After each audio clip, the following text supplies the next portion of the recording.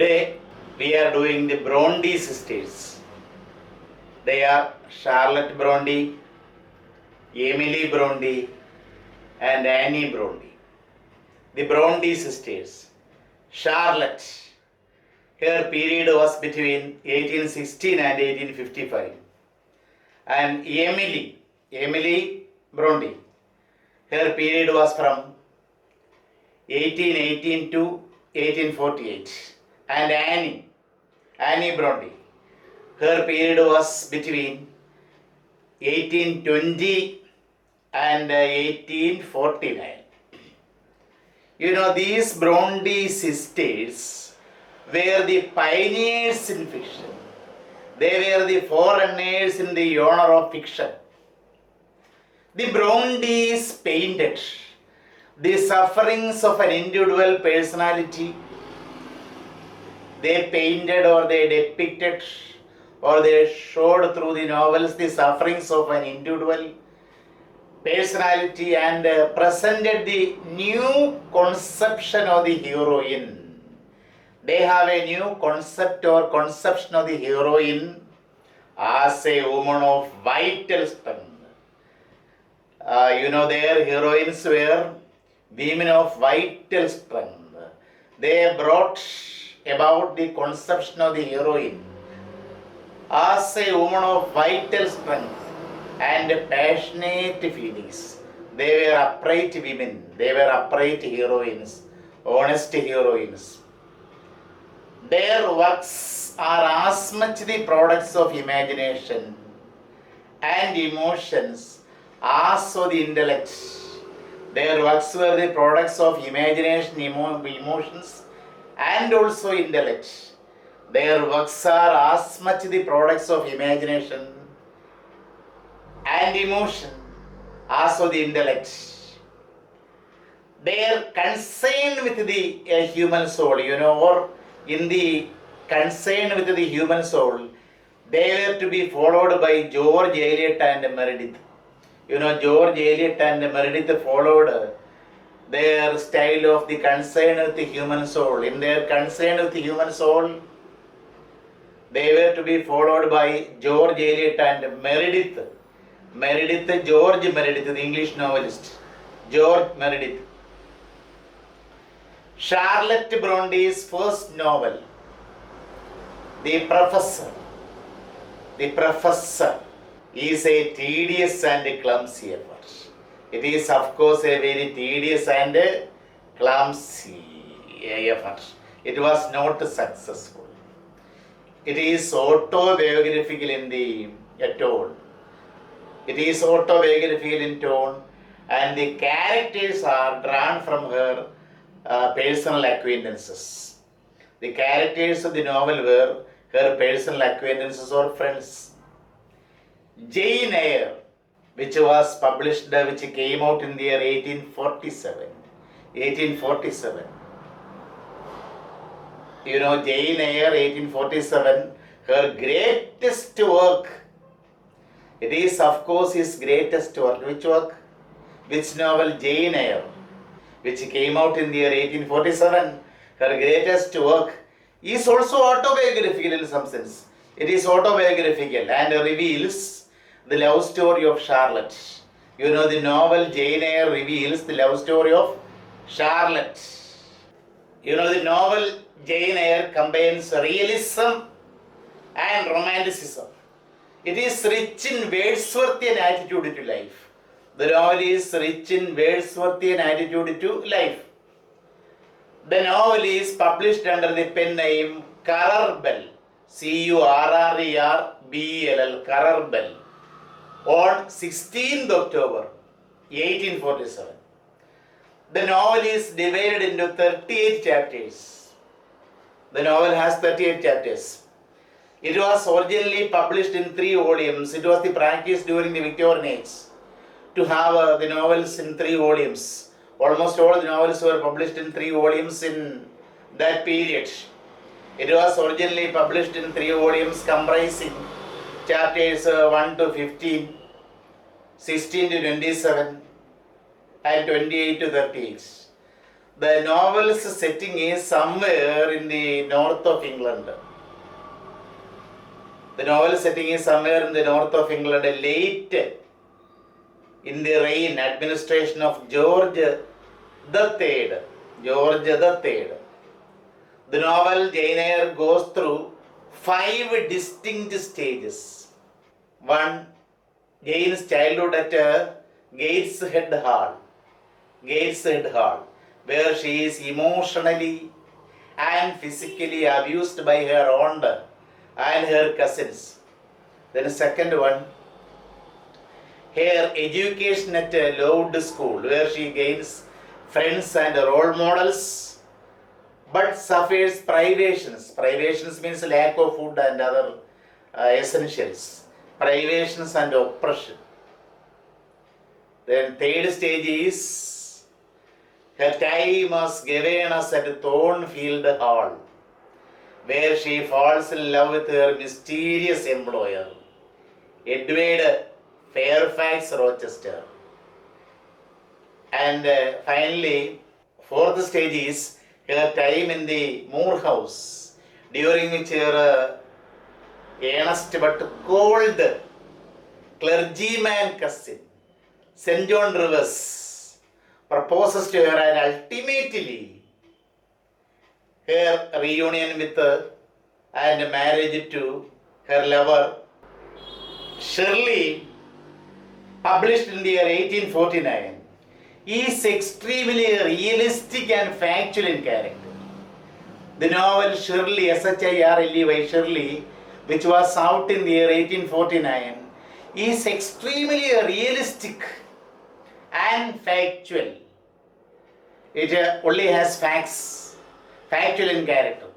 According to the critic E.A. Baker, in Shirley, Charlotte wrote a novel dealing with the people around her or in the house where she lived as a governess, or her personal friends or acquaintances, those people who had impressed themselves on her imagination. So this is the opinion of the critic Baker, E.A. Baker. What did he say? What did he say about Charlotte Bronte's Shirley? Charlotte wrote the novel dealing with the people around her or in the house where she lived as a governess. And of course her personal friends or acquaintances, those people who had impressed themselves on her imagination. Her last novel, Eng.Litt, B-I-L-L-E-T-T, Eng.Litt, published in the year 1852, is a direct autobiographical novel. It is a direct autobiographical. Eng.Litt has autobiographical elements in it. It is a direct autobiographical novel. As a novelist, Charlotte Bronte is concerned with the bearing. Bearing means laying bare, opening of human soul. She is concerned with the bearing or opening of the human soul. Her characterization is remarkable for great emotional intensity. The characterization of Charlotte Bronte is remarkable or notable for great emotional intensity. The characters are emotionally highly intense. Her prose is characterized by force. The prose has a strength of its own. Her prose is characterized by force and precision, accuracy, precision. Then her sister Emily Bronte's only novel. She has only written one novel, a single novel to her credit, that is Wuthering Heights. Emily Bronte's only novel, Wuthering Heights. It was also published in the same year as the publication of Jane Eyre, 1847. Wuthering Heights, which came out in the year 1847, is unique in English literature. It can be branded as a unique novel in English literature. It is a story of passion, strong desire that transcends Transcends means goes beyond the limitation of the world and the flesh. So it deals with a desire or strong passion that transcends the limitations of the world and the flesh. Wuthering Heights deal with the story in which extreme heights of poetry and mysticism are reached. In Wuthering Heights we can see the extreme heights of poetry as well as mysticism. Mysticism means spiritual knowledge only accessible to the intellect. Spiritual knowledge accessible to the intellect. Spiritual knowledge. Spiritual knowledge. That is what is mysticism. Which are the two features of Emily Bronte's novel Wuthering Heights? It is filled with poetry and mysticism. Or it deals with the story in which extreme heights of poetry and mysticism are reached. Charlotte Bronte. Charlotte Bronte was born in 1860, the third of 6 children. She was born as the third child of 6 children, 5 girls and a boy. There were 5 girls and a boy. Born to Patrick Bronte, a curate. Curate means assistant to a vicar, assistant to a priest, curate. And his wife Maria Branwell. Charlotte's father was a studious and self-made man with a reputation for scholarship and eccentricity. Charlotte Bronte's father, Patrick Bronte, was a studious man, highly voracious reader, and a self-made man. He became a priest, finally a priest, with his own efforts. He is a self-made man with a reputation for scholarship. He was a scholar. He had a reputation or fame for scholarship and also eccentricity. He was a man with a screw loose. He was eccentric. In those times, eccentricity was a common thing. You can see that almost all characters in Victorian novels suffering from eccentricity or lunacy. In 1829, he became rector. Rector means vicar.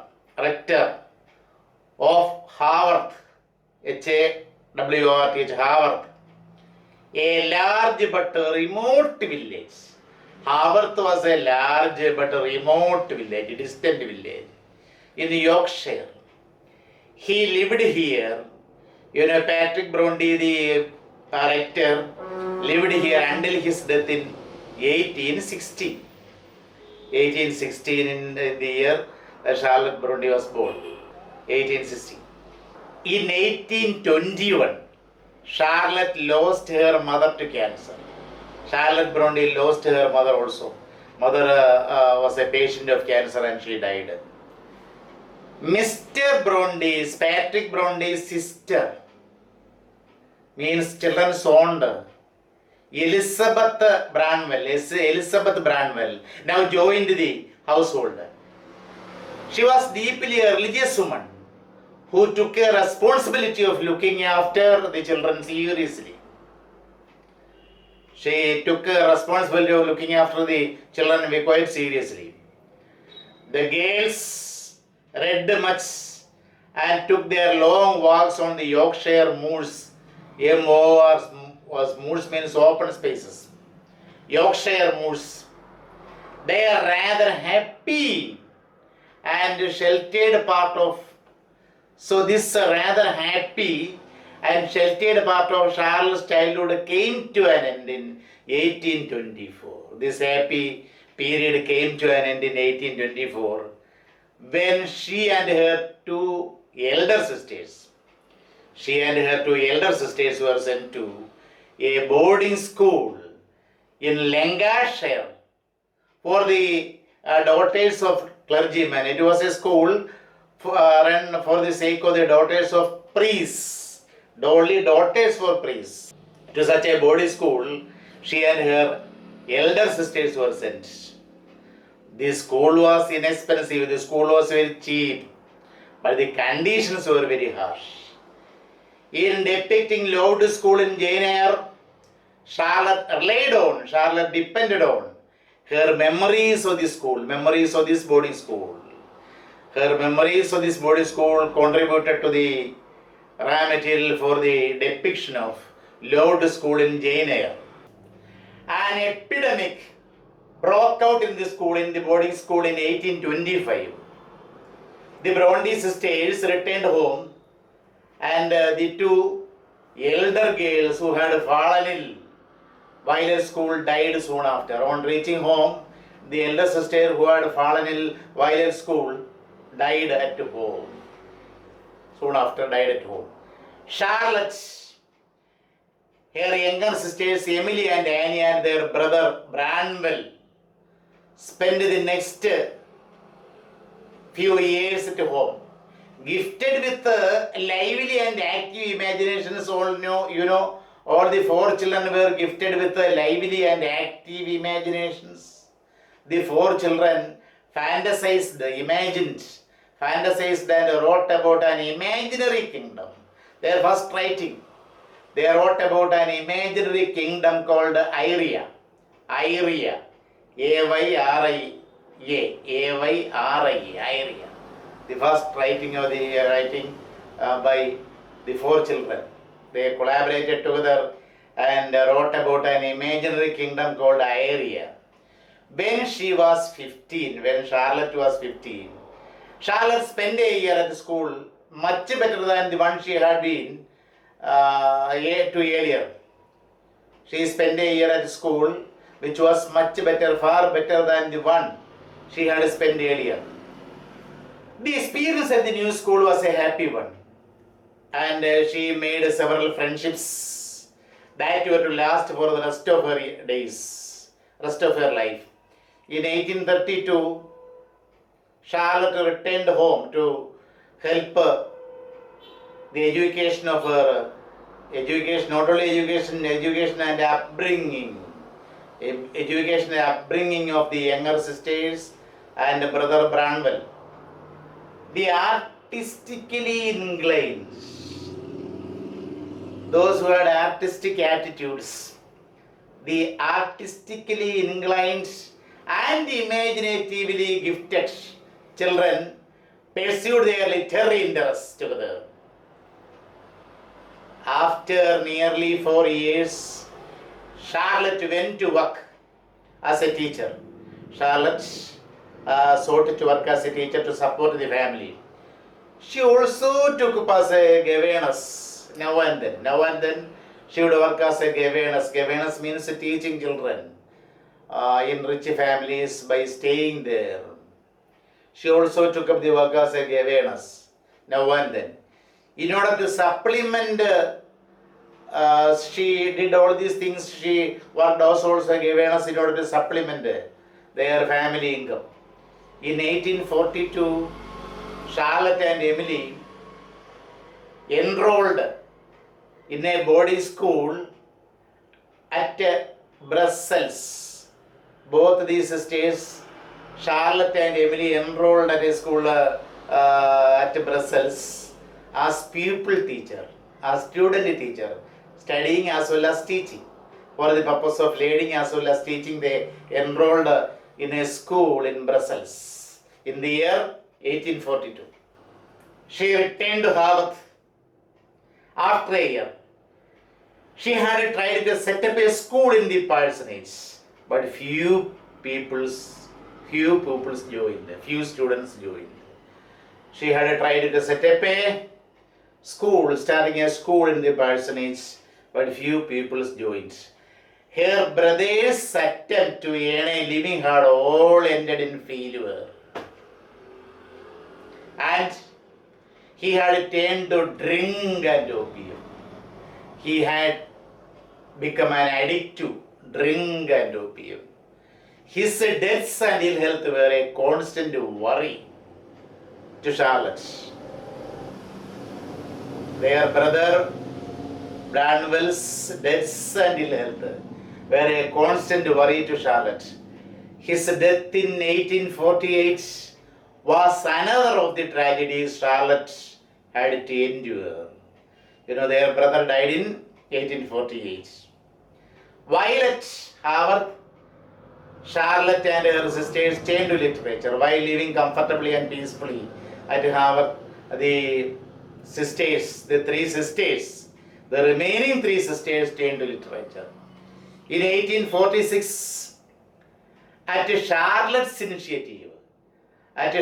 own initiative, the sisters brought out at their own expense, they published at their own expense a joint volume of poems. Though the volume of poems attracted no attention, the Bronte sisters tried to publish the novels they had completed. Charlotte, as I told you earlier, could not find a publisher for her first novel, The Professor. She had started her second novel, she had started her work on the second, Jane Eyre, in the year 1846. It was published in October 1847 and was an immediate success. Jane Eyre became an immediate and tremendous success.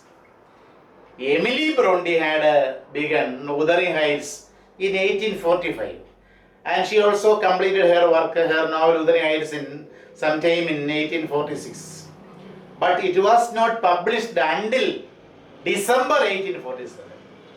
The novel Wuthering Heights was not published until December 1847. It was published only after the success of her sister Charlotte Bronte's Jane Eyre. Wuthering Heights was published only in December. Charlotte Bronte's Jane Eyre was published in the year the same year, 1847, and it was published in October. And Emily Bronte's Wuthering Heights was published in December, only after the success of Charlotte Bronte's novel Jane Eyre. The commercial and critical success that Charlotte and her sisters began to enjoy was darkened by the shadow of illness and death. Emily and Annie, the younger sisters, died of tuberculosis or consumption. Tuberculosis. They became patients of tuberculosis, and the younger sisters, Emily Bronte and Annie Bronte, died of tuberculosis. They were unmarried women, spinsters. Charlotte, the only surviving Bronte child, continued to write, and also she began to travel out of Harvard. She began to travel out of her native place, Harvard, and met writers like Thackeray, William Makepeace Thackeray, and Mrs. Gaskell. In 1854, she married her father's curate, Arthur Nichols. She fell ill soon afterwards, and died on March 31st, 1855. She died in March 31st, 1855. Now let us have a panoramic view of the story of Jane Eyre by Charlotte Bronte. Jane Eyre is the central character of the novel, and she narrates the story in the first person. At the beginning of the novel, at the opening of the novel, Jane is a 10-year-old penniless orphan, a moneyless, penniless orphan staying with her aunt. She is an orphan staying with her aunt, Mrs. Reed, at Gateshead Hall. The house is Gateshead Hall, where Mrs. Reed and her children live. Mrs. Reed and 3 children treat Jane with much harshness and cruelty. In spite of her tender years, Jane's independent and passionate nature often makes her act defiantly. Jane from her childhood onwards was an independent girl. She wanted independence. And she was also a very simple and upright girl from her childhood onwards. Mrs. Reed finds this intolerable. Her character is intolerable or unbearable to the old Mrs. Reed and decides to send her away to a boarding school. Thus, Jane finds herself at a lowered school. 50 miles from Gateshead. The school was 50 miles from the home, Gateshead. Here life is spartan, very uncivilized, very rough. Here life is spartan, the amenities bare. There are little amenities, facilities, and discipline severe. But Jane is happier than she was at Gateshead Hall. She makes friends, among them the school superintendent, Miss Temple, and Helen Bates, a fellow student. Jane is touched by the tenderness of these two and much grieved. She is very much grieved. She became immersed in sorrow when Helen Bates dies of consumption of TB. Then an epidemic of typhus fever. An epidemic of typhus fever breaks out and several students of this institution died. An inquiry is ordered by the government. This brings out the stinginess, the miserliness, and the tyranny of the manager, Mr. Brocklehurst. A new committee takes over the school and many improvements are introduced. Helped by Miss Temple, the superintendent, Jane progresses satisfactorily and completes her education. At 16, Jane's education is being regarded as complete. But she stays at Lord School, this time not as a pupil but as a teacher. When Miss Temple leaves the school to get married, the superintendent school leaves the school, Lord School, to get married, Jane decides to look for another situation, another job. She advertises in a newspaper and obtains a post of governess at a house called Thornfield, near a place called Millcote. She travels to Thornfield. She walks all the way. She is such a simple woman. She travels to Thornfield and is met by Mrs. Fairfax. Mrs. Fairfax and her ward. Ward means a child under the guardianship of somebody. The child under the guardianship of somebody is called ward. Her ward, Adela Warnes. Mrs. Fairfax is the manager of the house. Mrs. Fairfax is a kindly and pleasant woman who turns out to be the housekeeper. She is the housekeeper of Thornfield. She is a distant relative of the aristocratic owner of the property, Mr. Edward Rochester. Jane's pupil, Adela Warnes, she finds a lively girl, more at home in French than in English. She is very comfortable with the French language than in English. The little girl. She is Rochester's ward. It is Rochester who had taken the child to the house and was looking after. She is Rochester's ward. Jane leads a contented life, a happy life at Thornfield. Her life is comfortable. Adela Warnes proves to be a lively and a respectful pupil, and Mrs. Fairfax is a pleasant companion. But Jane soon notices several strange things about the house. A servant who behaves oddly. There is a servant named Grace Poole. She behaves very oddly, seems to enjoy an unexplained degree of freedom. She seems to enjoy an unexplained, inexplicable degree of freedom at the house. A room on the third floor. It was a big house. It was a manor house. Manor means a large house on a farm. Manor. The room on the third floor is always kept locked. And Mrs. Fairfax warns Jane against entering the room. Entering the room, the mysterious room on the third floor. One day Jane hears strange, hysterical laughter coming from the third floor. Mrs. Fairfax calms Jane with the explanation that it was Grace Poole's doing. The laughter was made by Grace Poole. 4 months have passed since Jane took up residence at Thornfield. But she has never met Edward Rochester, her employer. One winter afternoon, while out walking, Jane helps a man who has been thrown by his horse.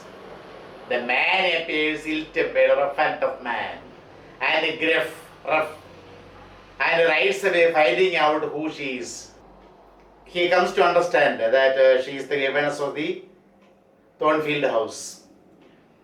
Back at Thornfield Manor, when Jane reached Thornfield Manor, Jane is surprised to discover that the man she had helped was her employer, Edward Rochester. Though initially aloof, away from her, and sometimes rather abrupt, Rochester treats Jane graciously and pays increasing attention to her. Jane on her part is respectful.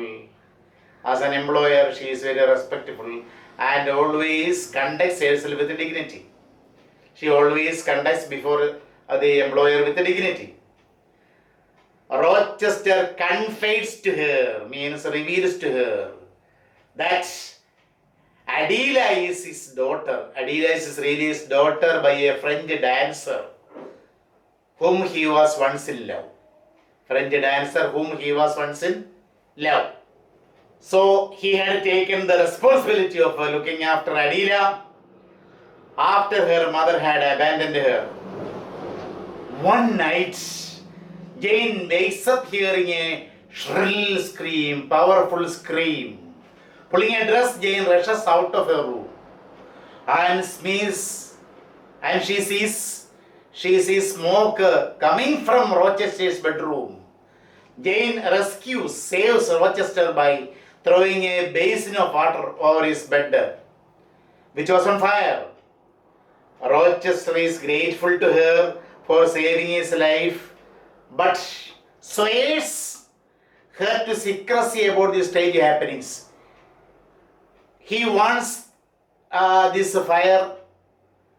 happening to be kept as a secret.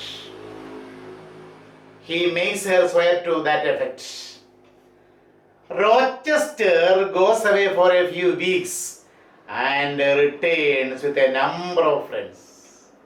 Thornfield turns into a lively place, and the aristocratic friends organize parties and generally make themselves merry.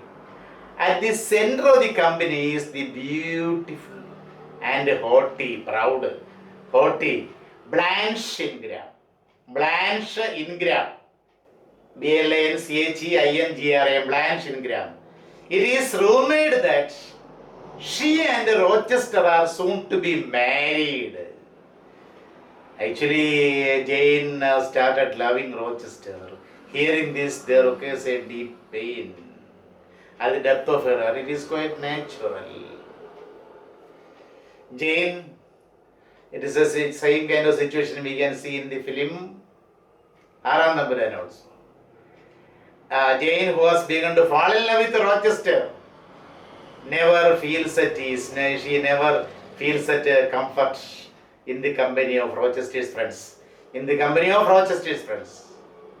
They treat the governess with barely concealed disdain. Barely concealed means open hatred. The aristocratic members had a full hatred for the governess who is working there as a governess. One evening, a mysterious guest arrives there from West Indies, a country in North America, West Indies. His name is Mason. That night Jane has a commotion and Jane hears Jane listens to a commotion, a noisy atmosphere, noisy sounds, etc., and cry for help in the room just above hers. Rochester assures everyone that the disturbance was the result of a servant having a nightmare, Grace Poole having a nightmare. Nightmare means a terrible dream. And orders everyone to bed. He then sends for Jane and has her attend. He asks her to attend a badly bleeding Mason. Before daybreak, Rochester fetches a surgeon and sends Mason away from Cornfield. Then at this time, Jane has to go away for a month when she receives news that Mrs. Reed, her aunt, was dying. Her son John, Jane's chief tormentor, the cousin was her chief tormentor. She hears that he has died of drink. He became addicted to drink and died. Her cousins and aunt are still cold, and they do not harbor much ill will. They are now also at the deathbed also. She does not hide her ill will towards Jane Eyre. Mrs. Reed died, and after her funeral, Jane returns to Rochester, where the talk is about Rochester's impending marriage to Blanche Ingram. Jane is totally disturbed and realizes he has to find another situation, another job, another position. As it would be awkward, it would be troublesome, awkward to stay with Rochester once Blanche becomes the mistress of the house. One evening, as Jane is walking in the orchard means garden, Rochester comes upon her and tells her that he is shortly married, he is going to get married. Jane assumes he gets married to Blanche and tearfully asks if it means that she must leave and get another position. Why do you tell this to me? Am I to go? Am I to go away from here? Do you want me to leave this place? Then he tells Jane if it is she he wants to marry. He wants her to accept him. So it was a shock to Jane. She was breathless really, because now Rochester, Edward Fairfax Rochester, reveals that it is none but she whom he wants to marry. Jane is so happy to do so. Jane is so happy to hear this and do so. Jane's excitement at the proposal of marriage is tempered. Tempered means made cold by two things. Mrs. Fairfax, the housekeeper, on learning Jane's engagement to Rochester, cautions her about the ways of rich people. You should not believe rich people too much, etc. She speaks to her. One night, Jane wakes up from a terrible dream to find a strange and horrible looking woman trying on her bridal dress.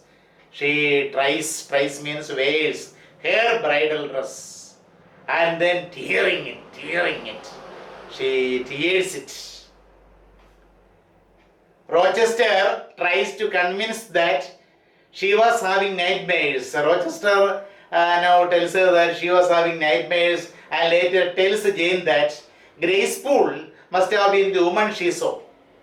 But Jane is skeptical, Jane is full of doubts, and the experiences really leaves her shaken altogether, shaken from foot to head. The mysteries surrounding the Thornfield house are cleared on the wedding of Jane and Jane Eyre. The priest conducting the wedding is forced to abandon the proceedings when Mason comes and objects to the marriage. Mason, you know, the bleeding man whom Jane Eyre attended, he comes in front and objects to the marriage. Mason objects to the marriage On the ground there, Rochester still has a living wife. Jane's world collapses. She finds that heavens are falling around her when Rochester admits that it is true. Back at Thornfield, Rochester explains everything to Jane. Many years previously or earlier, he had been tricked into marrying Brontë. B-E-R-T-H-A. Brontë is the name of his wife. It was something like a tricking into marriage. He had been tricked into marriage with Brontë, Mason's sister. Brontë is Mason's sister. While in West Indies, Brontë came from a family with a history of mental disturbances and degenerations. Lunacy was a genetic problem with the family. Brontë came from a family with a history of mental disturbances and degeneration. On finding it impossible to lead a married life with Brontë, Rochester returned to England with her. She was kept locked up on the top floor of Thornfield Hall. Graceful took care of Brontë. The servant Graceful took care of Brontë. Rochester takes Jane to the room and Jane sees the woman who had one night appeared in her room. She looks a wild and unmanageable creature. She does not recognize anybody who has gone so far in the road of insanity or madness that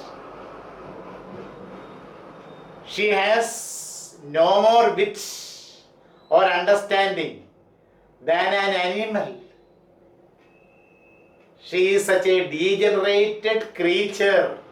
She has travelled a long way in the path or in the road of sanity. Jane is now filled with pity for Rochester. She realizes that she has no future at Thornfield. She cannot marry Rochester while he is having a legal wife. The next evening, having rejected Rochester's appeal to stay with him, Rochester appeals to stay with him. Jane goes away. Jane goes away totally dejected. She walks all the way. She has a little bit of bread and some clothes with her. She wanders about the countryside and she is on the verge of starvation and collapses. She collapses. Then she is welcomed into the family of the clergyman St. John Revers. At this point of collapse, she is welcomed into the house of a clergyman named St. John Revers and his two sisters, Mary and Diana. Mary and Diana. They nurse her back to health. She is very happy at their house, but she hides her past and real identity from them. She lives there in the name of Jane Eyre-Litt. Jane Eyre-Litt.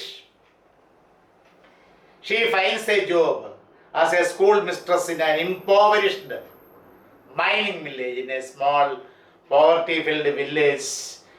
She finds a job as a school mistress. She wants to rebuild her life and tries her maximum to forget Rochester. One day,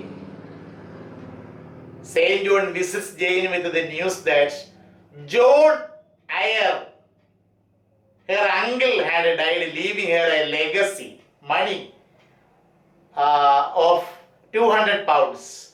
By this time, from a portrait drawn by Jane Eyre, St. John Revers understands that her real name is Jane Eyre. She is the niece of John Eyre. And by the way, St. John Revers is the nephew of John Eyre. So, in that way, they are cousins. Jane Eyre, John Eyre and Mary and Diana are cousins. So one day, St. John visits Jane with the news that John Eyre had died, leaving a legacy of 2,000 pounds. Jane also soon discovers that St. John and his sisters are actually her cousins. Jane is thrilled to discover that far from being an orphan, she has 3 cousins. From her childhood onwards, she is an orphan. Now she realizes that she has now 3 cousins. And she insists on sharing her fortune with them. She wants to share the fortune with them. Saint John is determined to travel to India to lead his life as a missionary. He wants Jane to marry him and accompany him, for he thinks she should make an ideal wife for a missionary. Jane does not love him and refuses to marry him, but suggests that she is willing to travel to the east, to India, with him in order to help him with his work. One day, Jane is totally tormented by St. John's insistence that she should marry him. And then she sees a vision. She has a vision. In a vision, she sees Rochester calling for help. She, in a frenzied mood, hears Rochester calling out for her help. She quickly travels towards Thornfield Hall to find that the manor house had been burned down. The Thornfield Hall had been burned down. So when she reaches Thornfield Hall, she discovers that a terrible series of events had occurred at Thornfield after she left the place. Bertha set fire to the building one day. Bertha, the mad woman, set fire to the building one day. Despite Rochester's brave efforts to save her, she had died in a blaze. She had died in the burning fire. Rochester himself was badly injured while trying to save her. He had lost an arm and his eyesight. He had then shifted to stay in a lonely manor some distance away.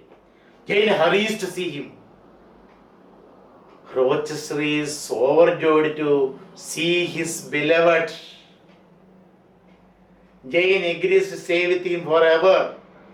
Soon they get married, and the novel ends happily with the birth of a child, a son, and the partial restoration of Rochester's eyesight. Partially the eyesight was restored. Partially Rochester's eyesight was restored, and thus the novel has a very happy and comfortable ending. Now let us have a look at Wuthering Heights by Emily Bronte. Emily Bronte earned her immortal fame as a novelist with the single novel, Wuthering Heights. It is unique in its structure and theme. The story concerns the interactions of two families, the interactions or the connections of two families. The Earnshaws, E-A-R-N-S-H-A-W-S, Earnshaws, and the Lintons, L-I-N-T-O-N-S. Wuthering Heights is the home of the former Earnshaws, and Thrushcross Grange is the abode of the latter. Latter means Lintons. The two families are in harmony with their environment. The two families, Earnshaws and Lintons, were living in a harmonious manner, but their lives are disturbed by an outsider. The orphan Heathcliff, Heathcliff. Heathcliff. The most important theme of the novel is the love of Catherine and Heathcliff, and Heathcliff's revenge on his wrongdoers. Emily Bronte's Wuthering Heights is the saga of, it is the adventurous story of 3 generations. She tells the story of 3 generations in this novel, Wuthering Heights.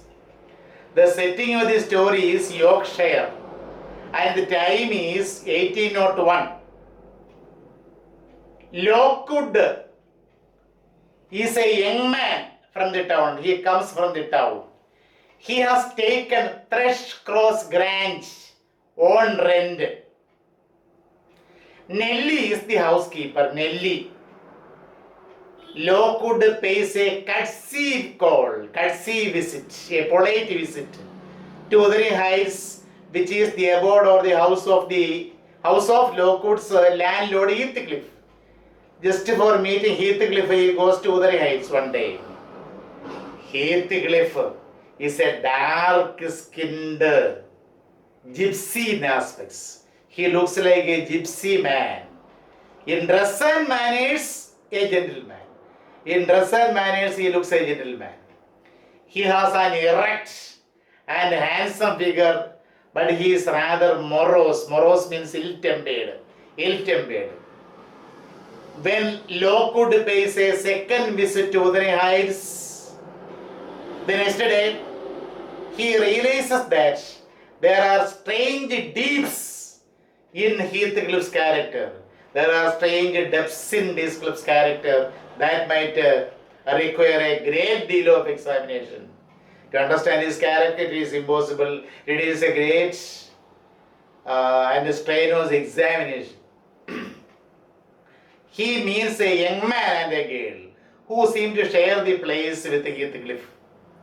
On returning to Thrushcross Grange, Lockwood asks Nellie to narrate the story of Wuthering Heights, and Nellie is the narrator.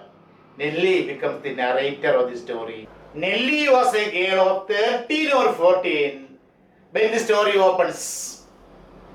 Her mother was a servant there. The family at Wuthering Heights consisted of Mr. Earnshaw, Mrs. Earnshaw, and their two children, Hindley, H-I-N-D-L-E-Y, Hindley, and Catherine, C-H-E-R-A-N-E, Catherine.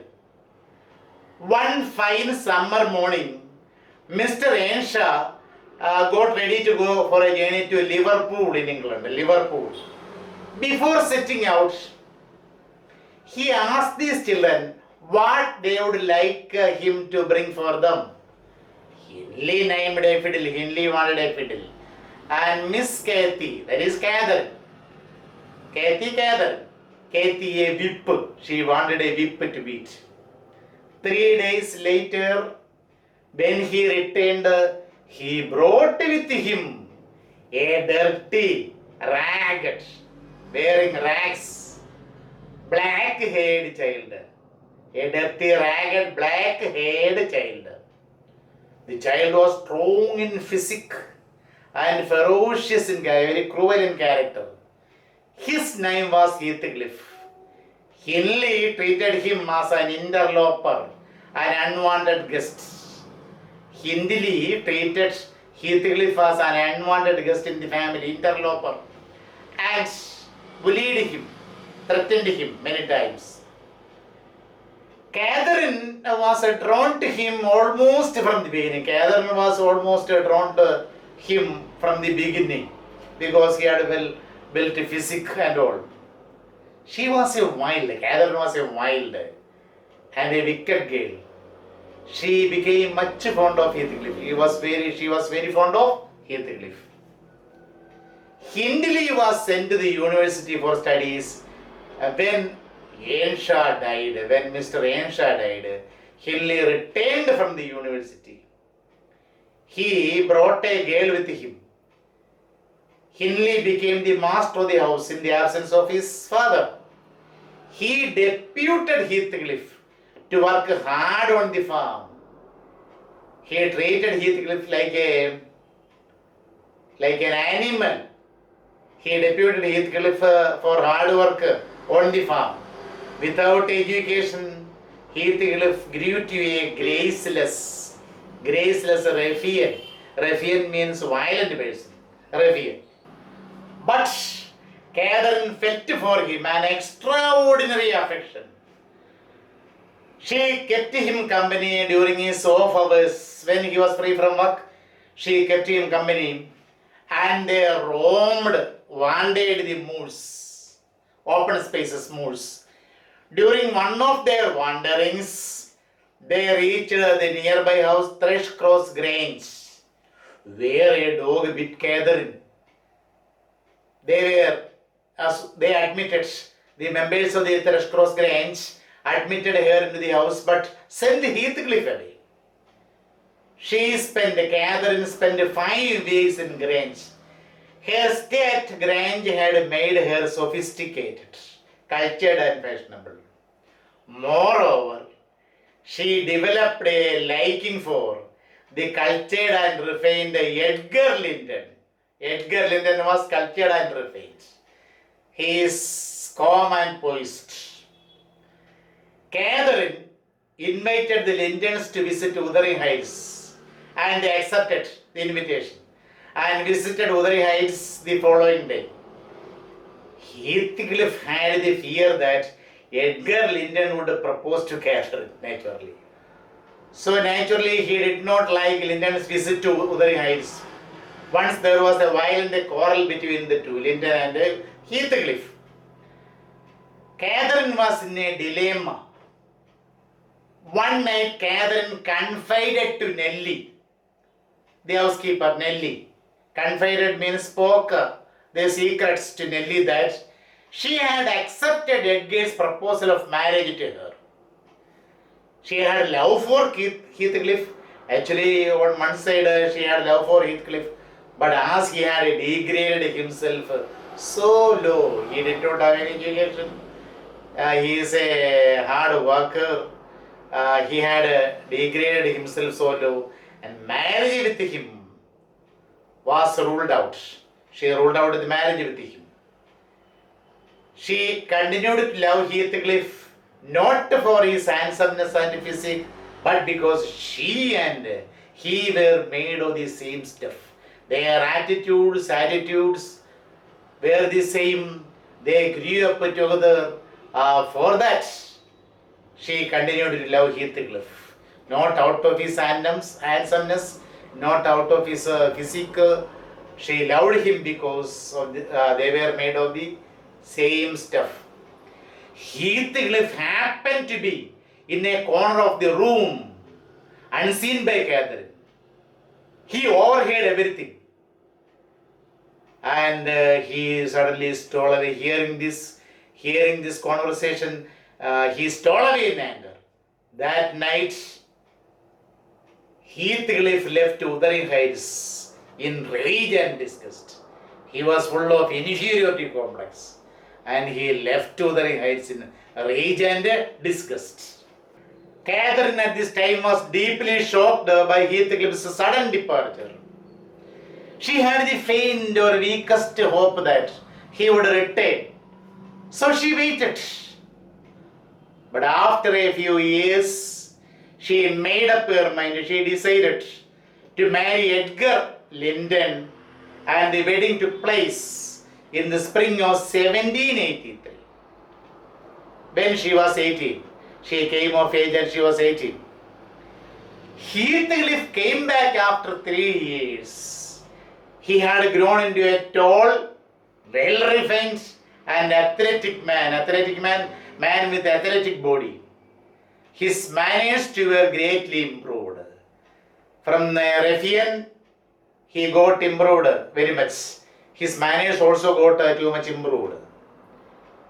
Without troubling to ask for permission, Heathcliff established himself at the Heights. Eng.Litt, whose wife had died some time before, leaving him a little boy named Hareton.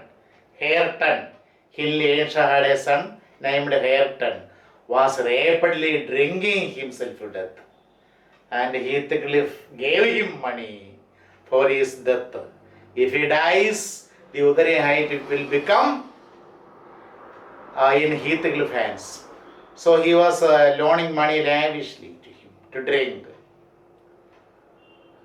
On the evening of his reappearance, Heathcliff managed to obtain admission to Thrushcross Grange, where Catherine lives. Catherine welcomed him with a delay. Catherine was very happy to see him back. Her husband was filled with certain apprehensions, certain doubts. Soon, to Edgar's horror, to Edgar Linton's horror, he learned that his sister Isabel, a flightly young girl of 19, an eccentric type of young girl of 19, had become fatally enamored to Heathcliff. Because of his handsomeness and athletic body, she had been enamored to Heathcliff. A few weeks later, they eloped. Heathcliff and Isabel eloped. Heathcliff's motives in marrying her were clear enough. Isabel was her brother's heiress. Isabel was her brother Edgar Linton's heiress unless Catherine bears a son. If Catherine gets only a girl child daughter, all the wealth would fall, all Linton's wealth would fall in the hands of Isabel. That is the only reason why Heathcliff married Isabel. In his mind, there was Catherine. Catherine filled his mind. He loved only Catherine. Even though she is married to another man, Heathcliff still loves Catherine. He married Isabel for money's sake, for property's sake. Heathcliff treated his bride Isabel with savage brutality, with inhuman brutality. And on return to Wuthering Heights, she asserted that it was Catherine whom he had loved, and he can never love Isabel. It was Catherine only that he loved, that it was for her sake that he had gone away and he had returned. When the news reached him that Catherine was desperately ill, in the meanwhile Catherine fell ill, Heathcliff induced Nellie D, the housekeeper, to bear her a note, a letter, which she slipped into the house when Edgar Linton and the servants were at the church. Then Heathcliff comes to visit Catherine. Heathcliff pushed open the door of her room, and in a moment he had grasped her in her arms and asked, "Why did you behave in this way? Why did you betray your heart, Katie? Why did you betray your heart, Katie?" He moaned, "You loved me, and then what right had you to leave me?" Then he returns at about 12 o'clock that night. Catherine gave birth to a child. The girl was named after Catherine, and 2 hours later, her delivery, she died. So Catherine's daughter is also Catherine. Catherine's daughter's name is also Catherine, remember that.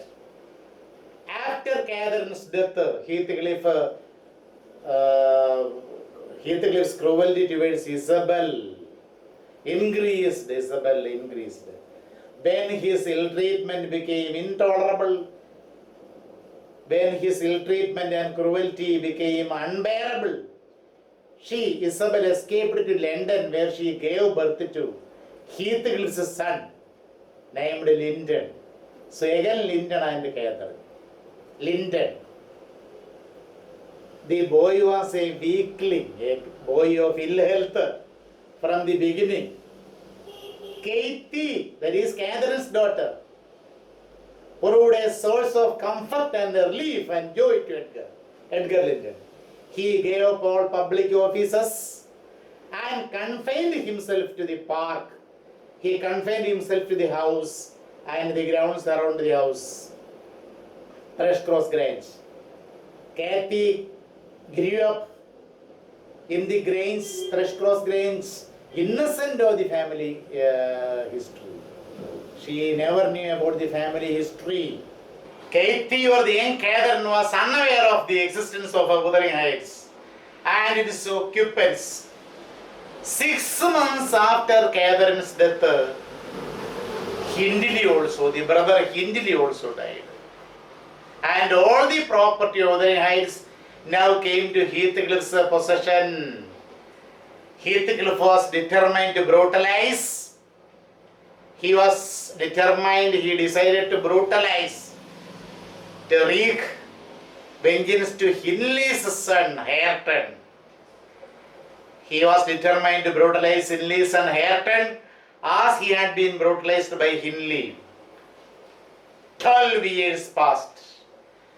Isabella passed away in London, and her brother Edgar Linton brought the small Linton, Heathcliff's son, to Grange, Thrushcross Grange.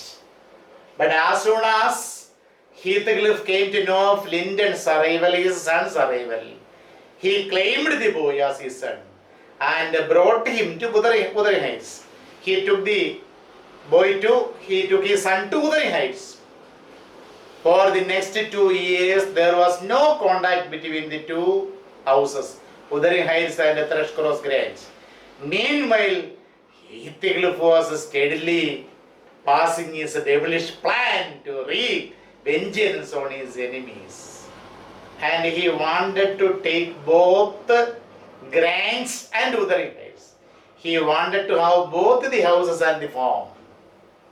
One day, when young Katie, Catherine's daughter Katie was 16, she happened to pass by the Wuthering Heights.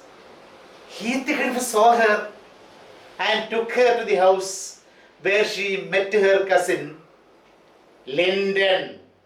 Linton is her cousin. There is also another cousin, Hareton, living there. Hareton living there just like a cattle.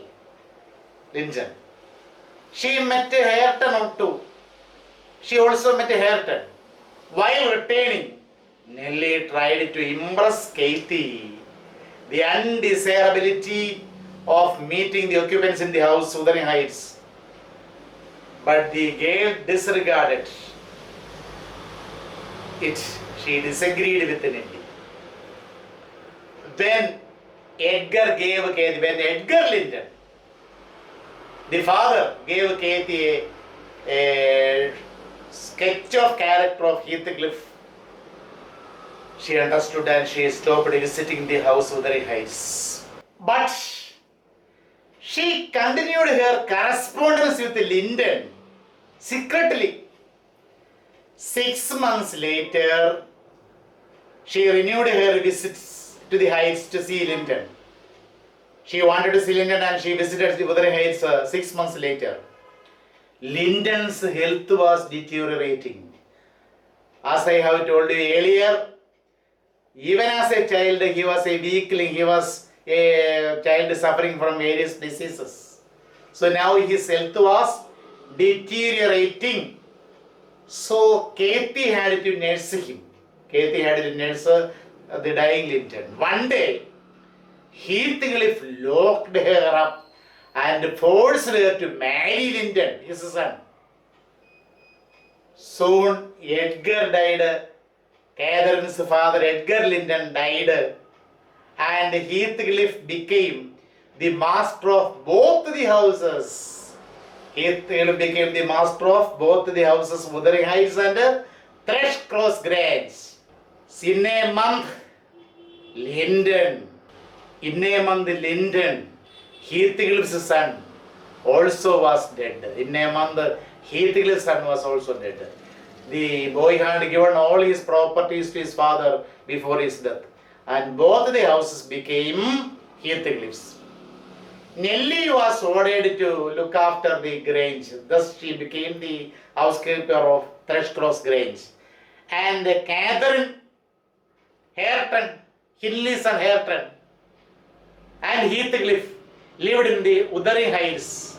As time passed, Katie, young Catherine, and Hareton, Hindley's son, became friends.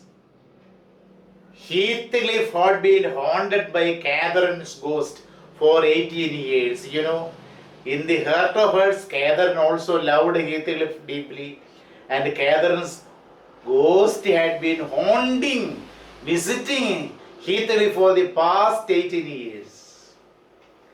Heathcliff finally joins with his soulmate Catherine in a stormy night. That means Heathcliff dies in a stormy night. It is believed that Catherine's ghost had taken him with her. And Katie, young Catherine and Hareton decided to marry on New Year's Day. They decide to get married on New Year's Day, and thus the novel comes to an end. These are the two classic novels. All of you have an awareness of the stories of both these novels.